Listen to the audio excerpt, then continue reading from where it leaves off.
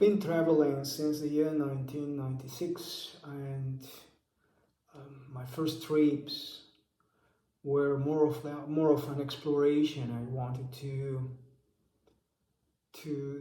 learn what it means to visit other places, and one of the most important things I learned was that um, by being in a different place, learning from daily life, meeting the people there, probably sharing with them the same efforts, or sharing the meals, the festivities, visiting the sacred places, the arts, the archaeological sites, learning about the history and the culture, listening carefully, asking questions, and being grateful for anything that they share to you was really a blessing for me. And I found it a lot more nurturing than spending hours and hours in the library reading books about the same.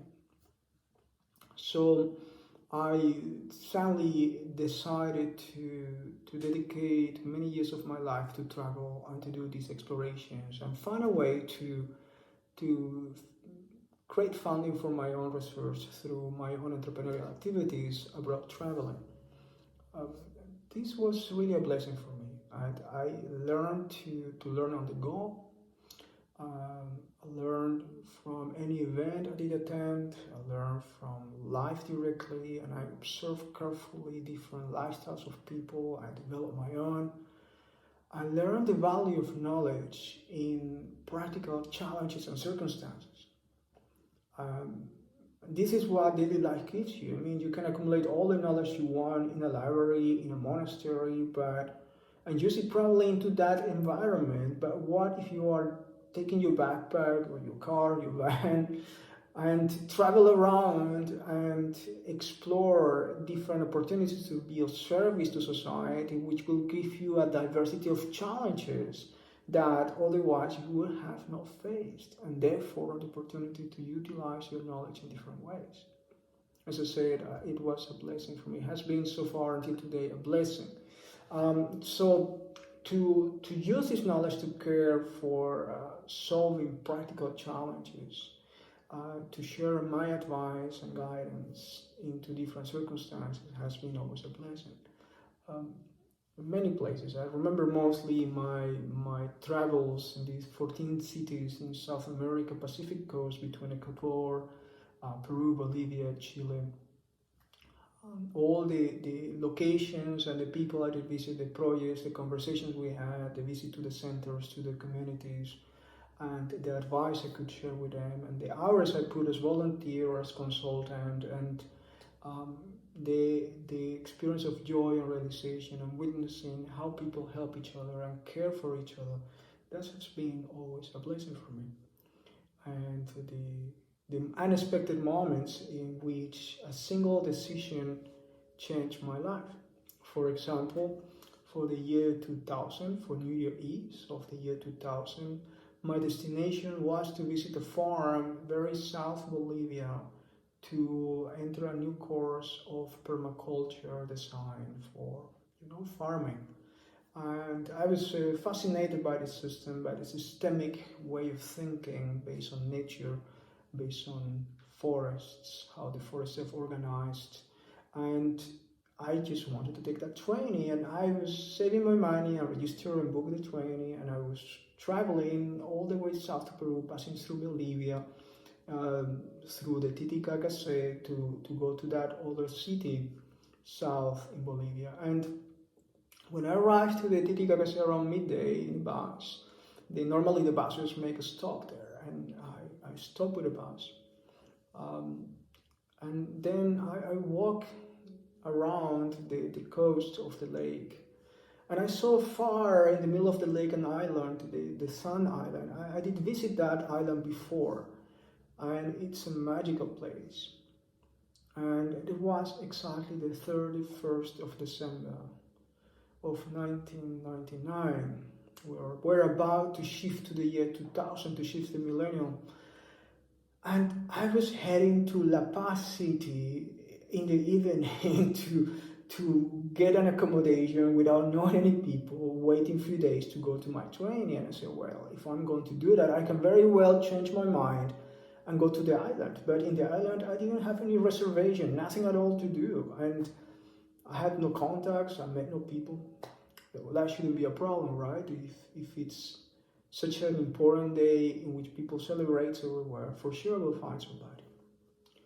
But then my main challenge in that moment was to make a choice out of my plan.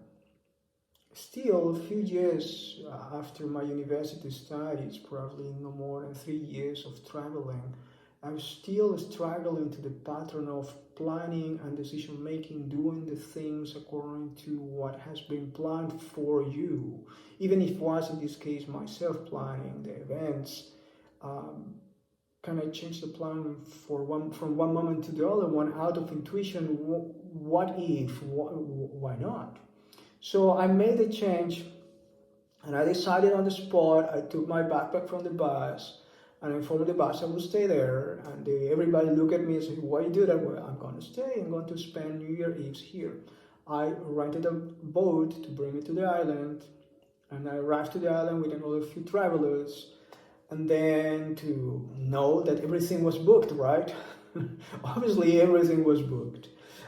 So I was climbing up the hill in that little island, the Sun Island, and to find some people going to a celebration. We were about 80 travelers from all over the world meeting together at the top of an island in a rented space. We all invited to spend the night there celebrating, and it was fun. It was great. It was people from all over. Nobody knew anybody. We started making friends there, celebrating the travel culture, celebrating becoming global citizens, being united in that moment, and understanding that we are all humans and that we can care for each other. It was a very beautiful day, and that day became a week of 7 days. With some people I met there, we decided to walk the island the next day, and the day of the 1 day walk hike became a 7 days stay in the island, and at the end 12 days traveling with people I met in the place, and they were a very beautiful place. We will very beautiful time with them we will share knowledge, exchange knowledge. I started learning how to do juggling in a place. We took a sailing boat of a fisherman of the island. We were living in a farm. We were camping. We were in the middle of the night in a third floor in a small house in front of the sea, observing, the storm and the bolts falling on the lake. And it was extremely beautiful and regenerating. And I think if you have the opportunity to visit the Sun Island there, it's a magical place, as I said. So I could learn a lot about the local culture, about sustainability, about design of sustainable spaces, and gladly the people I met were all purpose-driven people, so travelers also 4 or 5 years in a row like me. And slowly we built a community of travelers and friends that will continue in contact for many years. And that was the gift that I needed to change the millennium. So that decision was very important. Knowledge you find also through making choices and enter into uncontrolled environments to open yourself to situations that you didn't plan. Many times I hear the question, how do you manifest something that you want in your life? And basically I say, well, one thing is that you set a wish, that you set your mind into focusing into achieving something, visualizing something that you want to realize. That helps. But also is to notice the universe will give you something, and maybe you didn't design it in that way, but it's exactly what you need. And if you are not open to make the choices in the right moment, then that opportunity will go away. It's like saying, I want always a red car from a specific brand. And then to me come 10 other cars even better than that one, not red, not a brand.